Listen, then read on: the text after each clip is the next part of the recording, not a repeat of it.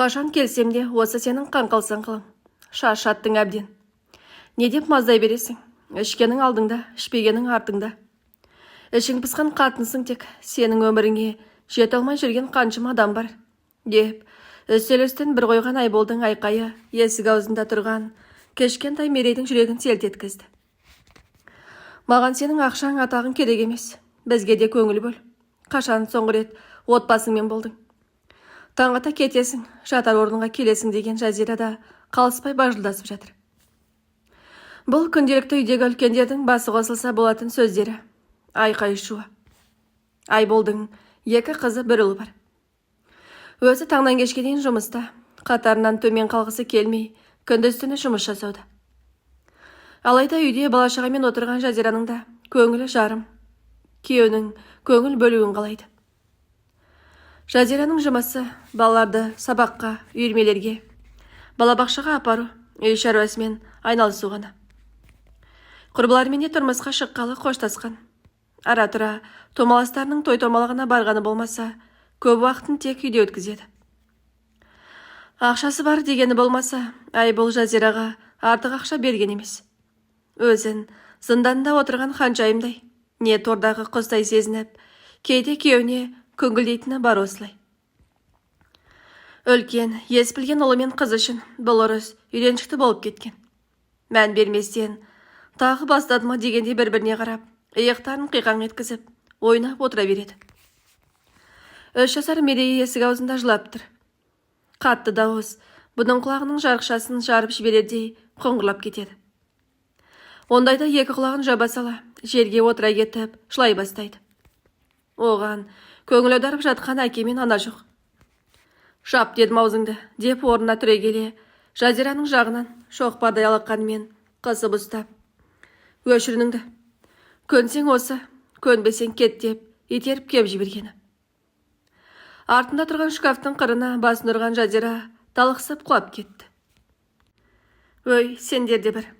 Басыма бәле болдыңдар ғой. Бір демалуға келгенде осы, көңкіл соңқыл деп, жазираның үстінен аттап өтіп, стөлдегі темекі, телефон, көліктің кілтін алып шығып кетті. Папа, кетпеш деп, 3 жасар Мерейдің бала жүрегі әлденені сезгендей, балағына жабысып еді. Аяғын бір сілкіп тастап, есікті тас жауып шығып кетті. Есіктің қатты тырсылынан есін жиды ма? Әлде уақытша талықсып, өз-өзіне келді ма белгісіз, жазира басымай деп зорға күбірледі. 3 перзенті біреуі су беріп, біреуі басынан аққан қанын сүртіп, кішкентай аяғынан құшақтап отыр. Қорықпаңдар, қане тұрыңдар. Мен бетімді жуып келейін деп тұра берген еді, басы айналып кетті. Екі үлкені сүйеп жуынатын бөлмеге апарды. Өз-өзіне келген жазира балаларын ұйықтатып, күйеуі Айболға хабарласа бастады. Арада 4 сағат уақыт өтті. Ол сол күйі қайта келмеді. Телефонына барып тұр, бірақ көтермейді. Айбол, қайдасың? Артық кетсем ренжімеші жаным. Мені де түсінші. Көрген баққаным сен. Сосын көп нәрсе талап ететін шығармын. Үйге келші. Балалар шошынып қалды деп хабарлама жазып жіберді. Айбол бұл сәтте телефонға қарауға құлқы да болмай, махаббатқа мас болып жатқан еді. Е, көңілдес, оттаныстық. Қалай беті боқтан сасық деп қалай дәл айтқан. Уыздай жас қызды көргенде Айболдың есі ауысып, осы маралды өзіне қаратқанша барын салған. Енді 3 перзентімен ыстық соғына шыдап, жастайынан бірге қосылған жазирадан да артық көріп, осы жас иістің соңынан жүргені. Алайда Айбол маралдың бірінші жемтік емес еді. Жазираның хабарламасын оқыған Айбол бір мысқыл тартып, телефонын лақтырып жіберіп, маралдың тамағына жабысты.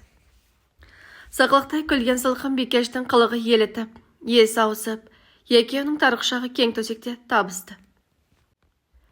Жас қыздың қылығына еліткен Айбол 3 баласында, адал жарында ұмытып, бір жола осы үйде қалды. Ешбір қоңырауына жауап бермегесін, араға 3 күн салып, жазира жұмысына келді. Бір жағдайға ұшырап қалды ма деп жаны ұшыра ойланып, жетіп келген жұбайын селқос қарсы алған Айбол не керек деді, алдындағы компьютерден басын алмай. Айбол қаладағы әрі бір мекеменің басшысы болатын. Қалайсың? Қайда жүрсің? Сені уайымдап деген сөзін аяқтатпастан. Уайымдамай-ақ қойшы. Бар, байсыз өмірге. Балаларыңды әкесіз өмірге үйрете бер деп телефонымен көлігінің кілтін алып шығып кетті. Жазира тұрған жерінде сілейіп тұрып қалды. Жүрегін тіліп, біреу тұз құйғандай, көкірегі кернеп, іші ашып барады. Есікті ашып кеткен Айболдың кабинетінің есігін жабуға кірген хатшысы: Жазира әпке, сізге не болды деп сүйеп отырғызды. Су берді. Кім дейді Жазира сұраулы жүзбен. Кімін несі деді хатшысы да сұраулы. Айболдың біреуді тапқаны бесінеден белгілі. Ол кім? Сен білесің ғой, айтшы маған деді. Жазира әпке. Айт деді бар даусымен шыңғырып. Мен сізді әпкемде жақсы көрем. Бірнеше жылдан бері осында жұмыс істедім. Сіздің арқаңызда қолыңыздан дәмді таттым. Сізді сыйлаймын. Бірақ жұмысымнан айырылғым келмейді. Айта алмаймын, Жазира әпке деді жыламсырап. Көзіне тіке қарап тұрып, мені олай сыйламай-ақ қой деп, сөмкесін жылын алып шығып кетті. Хатшы қыздың да жүрегі ауырып ұзақ ойланды. Қалаға алдан алғаш келгенде базарда жүріп, әмиянын ұрларға ұрлатып, барар жер басар тауы болмай, аялдамада жылап отқан жерінен Жазира үйіне келіп, күйеуіне айтып, жұмысқа тұрғызған. Алғашқы пәтер ақысını төлеп беріп, өзінің артық киімдерін беріп, тамаққа жиі шақырып, кейде той-томалаққа кетсе, осы қызға балаларын тастап кететін еді. Хадиша қыз бәрін ойлады, жылап қалды. Жазира әпкем болмағанда бұл жұмыста жоқ еді ғой деп, белін бекем буды. Жазираға әлгі салдақының мекен-жайын жазып берді. Бұрындары гүлдерін, қымбат сыйлықтарын, тіпті түскі ас, кешкі асын Айбол осы хатшы қыз арқылы тапсырыс бергізіп жіберіп отырған. Жазөкке айтатын болсаң, жұмыстан шығасың. Махаббат деген көш, сыр білдірме, төш деп, қолымен аузын жапқан. Жазира мекен-жайы жазылған үйге келді. Көп қабатты үйдің екінші қабатына келіп есігін қақты. Қып-қызғы шорты, үстіне лямка киіп, шашын төбесіне буып алып, сағызын шайнаңдап, жас қыз ашты есікті. Үйде музыка қатты қосылып тұр. Баса көктеп, аяқ киіммен басып кірген Жазира ашыл еді. Әншейінде шашылған жерде отыра алмай, балаларына айқайлап кететін Айбол мына үйде қалай отыр деп, таңданып көзімен бір шолып шықты. Марал танып тұр. Иә, не керек дейді, сағызын шарғылы біріп, қайта таңдайына салып жарып. Ұялмайсың ба, деді Жазира. Неден дейді, қос қолын көкірегіне қосырып, шақындап келіп. Шашыңды жұлып қолыңа берсе сендей қаншықтардың. Айболдың отбасы бар екенін білмейсің бе деп еді. Айналайын, сен жақсы болсаң байымаған келмес еді. Басымды ауыртпай, хай-хай давай деп, етеріп шығарып есікті жауып қойды. Туа бітті момыным незіме, әлде мұны айтқан сөзге есеңгіреп қалды ма? Жазира еңіреп, аузына сөз мені іс түспестен, аяғын санап басып төменге түсіп келеді. Көзіндегі жастан көз алды бұлдырап ештеңе көрінер емес. Ашудан реніштен аяқтары да қалтырап, өзіне бағынбайтындай. Енді қайттым деп, қайта-қайта көбірлеп отырып, үйіне де жетті. Ал бұл сәтте зәлім Марал өз-өзін жұлып, Айболға қатын мені жұлып кетті деп, SMS жазғанды. Марал Айболға әйел мені үйге келіп, шатақ шығарып, жұлып кетті деп, SMS жазды. Артынша зәлім қыз өз-өзін тырналап, лямкасын жыртып, Әсидің орындығында отырды. Шашын қолбыратып, тастағаны тағы бар. Алып ұшып жетіп келген Айбол қойылымның куәсі еді. Көз жасын сорғалатып, менің бар жазығым сені сүйгенім, отбасыңа орала қойшы. Маған тыныштық керек.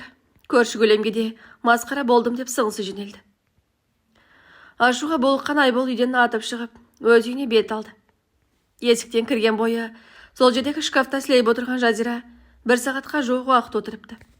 Көз жасы тиылар емес. Бақытты шақтарын, төзімен келген сәттерін ойлап отырған. Кенет есікті баректіңмен жұлқи ашқан Айбол. Маралды неге ұрасың, неге жыласың деп шашынан шап беріп ұстап жұлқылап жатыр. Әкелерінің даусын естіген үш балапан әке деп жүгіріп шығып, есік аузында сілейіп тұрып қалды.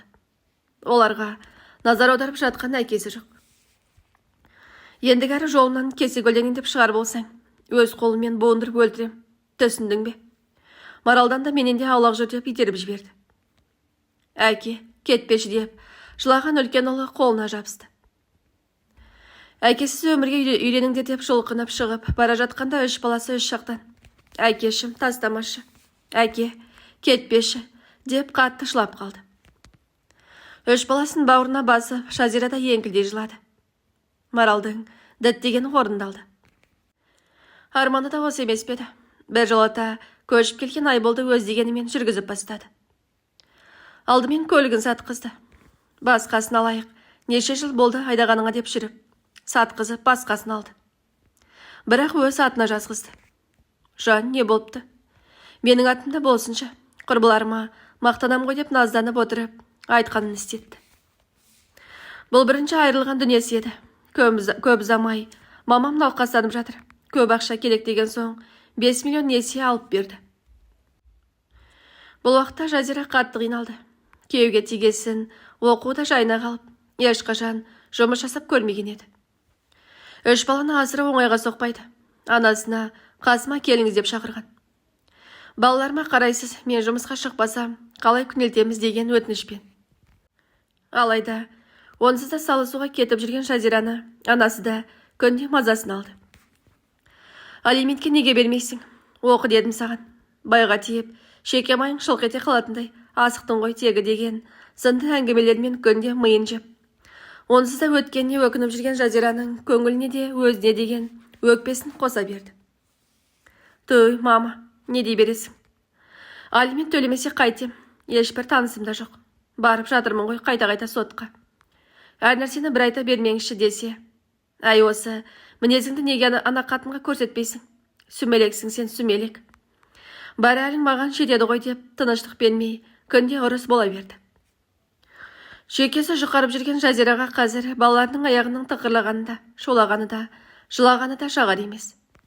Анасына, кете беріңіз. Өзім бір нәрсе қылармын деп қайта ауылына қайтарып жіберді. Мектепке баратыны мектепке, кішкентайын балабақшаға беріп жұмыс іздеді. Арнайы білімі болмағанына қыз баласы үшін бір жапырақ қағаздың осыншалықты құнды болғанына сол кезде көзі жетті. Өкінгенмен бәрі кеш еді. Базар маңындағы асхананың біріне ыдыс жуушы болып орналасты. Бос уақытында аспазшыға көмектеседі. Басшысы жақсы әйел еді. Қалған тамақтарын балаларына деп салып беріп жібереді. Әдегінен ақ тірлікке ептілігін көрсеткен Жазираға бастығы өте көп көмектесті. Араға 6 ай салғанда бастығы баласының шақыртумен басқа қалаға көшетін болды. Жазира, әпке, асханаңызды маған жалға беріңізші. Ай сайын салып тұрамын. Ештеңені құртпай күтіп ұстаймын, деді жыламсырап. Жанашығын басшысы, жарайды, саған сенемін. Бірақ кейін сатамын дегенде босату керексің. Түсінбеушілік болмасын, деді. Жазира қатты қуанды. Басында барлығын жалғыз өзі жасап жүрді. Тамақты да өзі жасайды, ыдысты да өзі жуады. Үлкен баласы мектептен соң анасының қасына келіп, ол да бір қолғанат болып қолғабыс етеді. Ісі алға басып, ақша таба бастағасын қасына көмекшілер алып, түрлі тәттінде пісіріп сата бастады. Бұл күндерде уақытша екені белгісіз Жазира әрбір ақшасын тиындап жинады. Тиындап жинап, арзандау көлік алды. Қала ішінде тапсырыс берушілерге жеткізіп береді. Кейін ол асханада сатылып кетті. Үйінен тәттілер пісіріп сата бастады. Әрбір істің қайыры бар демекші, бұның да бір қайыры үлкен дәмханаларды жалға алып, жұмыс жасай бастады. Бұл да 3 баланың несібесі болар деген Жазира күндіз-түні тынбай еңбек етті. Құдайда қашанғы жылатсын. Тасы өрге домалап, ескі көлікті жаңасына ауыстырды. Бұрынғыда емес еңсесін тіктеп, ойын ашық жеткізетін жайдарлы Жазираға айналды. Жазираның тасы өрге домалап жатқанда Айболдың ісі кері кетіп жатты. Адамды Ресейге апарып емдетемін деген Марал. Жан, ақша жетпей жатыр, сала тұршы. Елге барғасын қайтарамын деп назданып, телефон соғып отырды. Тұрып жатқанында жалдамалы пәтер екен. Оның ақшасы бар, несиесі бар. Өтірік мүләйімсіп алатын ақшасы бар. Бұрынғыда емес Айбол, ақшасыз бола бастады. Енді арам жолмен ақша табуға кірісіп кеткен еді. Алайда ойы жүзеге аспай, пара алып жатқан жерінен ұсталып, жұмыстан статиямен шығып кетті. Көлікті өз атына жаздырып алған Марал, қайда барсаң онда бар, менің көлігім деп келіп алып кетті. Өзі жұмыссыз, несиесі тағы бар. Көлігінен айырылғанда барып, бармағын істеуге кеш болған Айбол. Ай, сен де сонда мені деп ұруға ұмтылып еді. Қолың тиіп көрсін, түрбенің түбінде шірітемін, шіріктеп, қайқаңдап, шығып бара жатқанда. Ашуға бұлыққан Айбол бас салып тепкілей бастады. Жаны ұшыра шыққан дауыстан жүгіріп келген көршілердің біреуі жедел жәрдем, біреуі милиция шақырып, Айболды алып кетті. Марал кешірім бермей 5 жылға сотталып кетті. Ал 5 жылда Жазира нағыз бизнес ледиге айналған. Тәртіп үшін ертерек босатылған Айбол үйіне келді. Балаларын көріп, жасынан ерте қартайып кеткен Айбол ақшашын сепап, көзінен аққан жасақ ақ мұртына тамып жатты. Алайда ес білген үлкен ұлы, әке, тастамаш деп жылағанда, әкесіз өмірге үйреніңдер деп едіңіз ғой. Үйрендік әке дегенде, еңіреп солқылдап жылап жіберді. Құшағын ашқанмен 3 баласы да құшақтамады. Жазира, әкелерің ғой. Қандай болса да олай жасамаңдар дегенмен, бала жүректеріндегі мұзды ерте алмады. Кездесіп тұр. Араласып тұр, қарсылығым жоқ. Бірақ енді мен сенмен бірге бола алмаймын. Айбол деп қысқа қайырды. Статьямен шыққаны бар, сотталғаны бар. Шоттарының бәрі аресте болғаны бар. Айбол қазір әр жерде нәпақасын табу үшін тиын-тебенге жалданып күн көріп жүр. Ал Маралдың келесі жемтігі кім екені беймәлім. Оның да сазайын алатын күні болатынына сенімі кәміл.